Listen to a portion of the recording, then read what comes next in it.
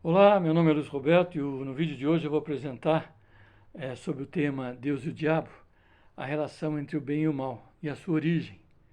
Isso nós tiramos do livro A Gênese, uma das obras da codificação feita por Allan Kardec, Codificação da Doutrina Espírita, material naturalmente trazido pelos espíritos através de médiuns.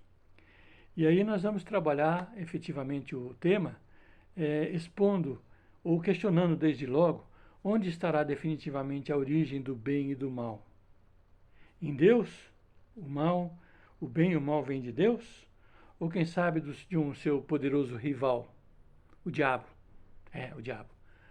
Ou quem sabe nas escolhas dos homens, os resultados das escolhas dos homens. Nós, os cristãos, católicos, protestantes, espíritas, nós sabemos que o mal definitivamente não tem origem em Deus, que é tudo sabedoria, tudo bondade, tudo justiça, tudo o que dele procede há de participar dos seus atributos, porquanto o que é infinitamente sábio, justo e bom, nada pode produzir o que seja ininteligente, injusto ou mal. Né? Deus, por outro lado, não tem rival que se lhe iguale, pois a figura do diabo é meramente mitológica e ela é cultivada no mundo sob várias formas há, há milênios, ou em todas as civilizações. Eu poderia até arriscar dizer que em todas as civilizações. Né? E Deus também não criou especificamente um ser para promover o mal na criação. Portanto, Deus não criou o mal, não tem um rival à sua altura e nem criou um agente especializado para o mal. Todos os espíritos vêm de Deus. Se o diabo existisse, seria nosso irmão, estaria como todos os demais, destinados à perfeição. Né? E não houve, não há e nem haverá espírito caído que, pelo uso do seu livre-arbítrio, em razão das suas escolhas, ou pelo carrilhão inexorável do tempo, porque a lei é de progresso, que não se levante e caminhe para Deus, que é amor. Deus é amor. Todavia, o mal existe. É inegável, o mal existe. E tem uma causa.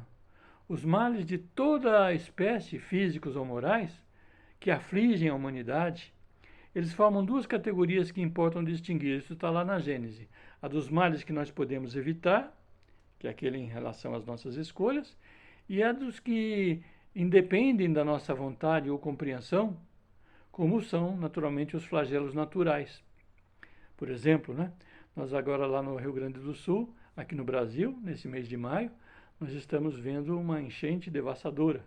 Vidas são ceifadas, animais são mortos, pessoas e animais são mortos, os bens materiais totalmente destruídos, as cidades destruídas. Esse é um mal que independe da nossa vontade, é em relação à movimentação própria da natureza. Alguns até vão pôr culpa nos homens, né? Até vão pôr culpa nos homens. Todavia, há que se observar. Porque se nós pesquisarmos a razão de ser e a utilidade de cada coisa, nós vamos verificar que tudo traz o sinete da sabedoria infinita e nos dobraremos naturalmente a essa sabedoria, mesmo com relação ao que não nos seja ainda compreensível. Porque porque do bem, só o bem surge. Só o bem surge. E há bens, colocando no plural, inclusive relativamente às questões das movimentações das forças naturais, que nós ainda não compreendemos. Né? E nós recebemos de Deus, isso porque nós recebemos de Deus uma inteligência, por isso que compreendemos. Uma inteligência com cujo auxílio nos é possível, naturalmente, evitar ou pelo menos atenuar os efeitos de todos os flagelos naturais, que com o tempo se tornam menos desastrosos à medida que nós adiantamos em civilização. Então, com o tempo, os mecanismos inventados pelo homem vão dando noção do que está acontecendo na natureza, dos sinais que a natureza dá, e por consequência disso, nós vamos aprendendo a evitar determinadas regiões, determinados locais, ou de tempos em tempos é, é, nos precavermos contra esses males.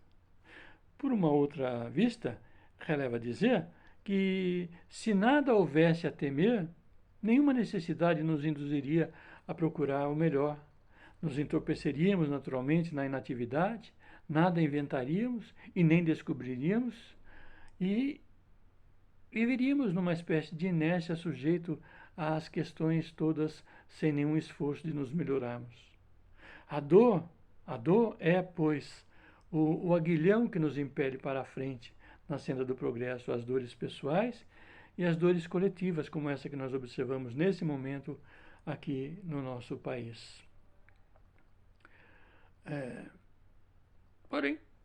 Porém, os males mais numerosos são os que criamos pelos nossos vícios. As guerras, por exemplo, sempre estiveram em ação na humanidade e agora parece-me que grandes guerras se anunciam em razão das escolhas dos homens que dirigem o mundo, em razão dos conceitos e preconceitos que as criaturas têm, né?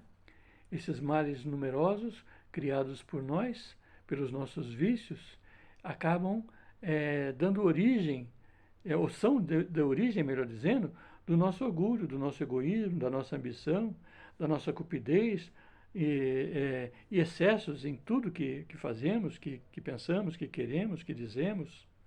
Aí é a causa das guerras, então.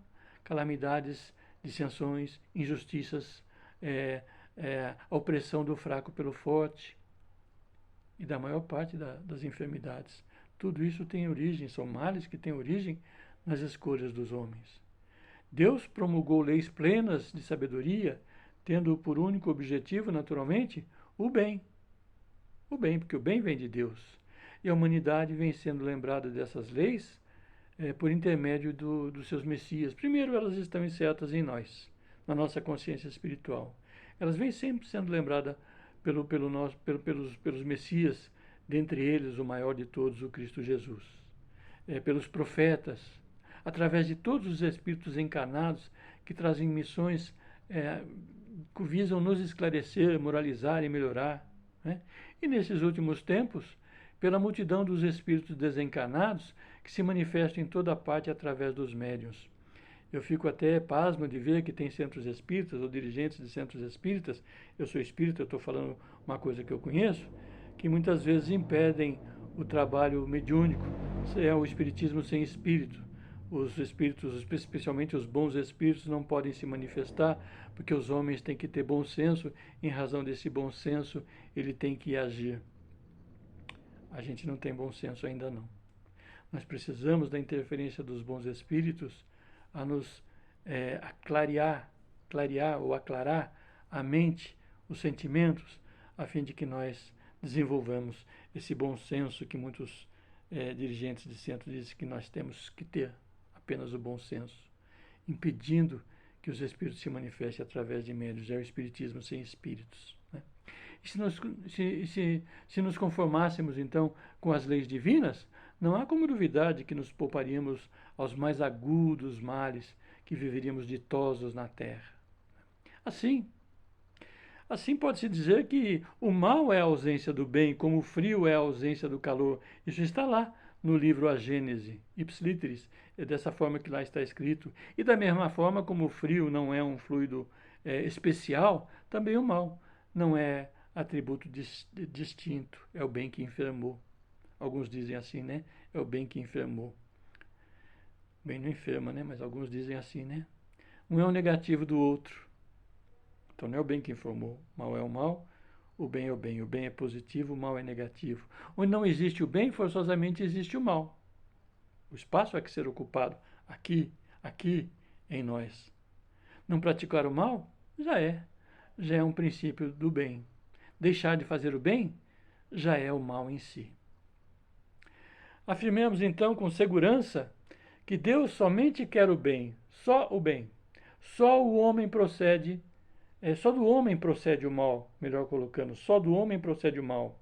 Se na criação houvesse um ser preposto ao mal, ninguém o poderia evitar. Mas tendo o homem, ou sendo o homem, sendo o homem, a causa do mal em si mesmo, tendo simultaneamente o livre-arbítrio e por guia as leis divinas, naturalmente o homem poderá evitar o mal, sempre que o queira. Sempre que o queira. E queira ou não o homem, como espírito imortal que é, ele está destinado à perfeição. E ainda que aos trancos e barrancos alcançará a tal condição, pois muitos são, muitos são os caminhos que nos levam a essa perfeição. A escolha é nossa, pois quando não nos deixamos alcançar pelas lições do amor, dizia meu pai, isso também está na literatura espírita, a dor será a nossa mestra bendita. Bendita seja a dor, dizia Dona Iracema, querida amiga nossa, né? Que nos força a buscar o caminho da perfeição. Curta, comente e compartilhe os nossos vídeos. São vídeos espíritas para os espíritas. E vamos adiante.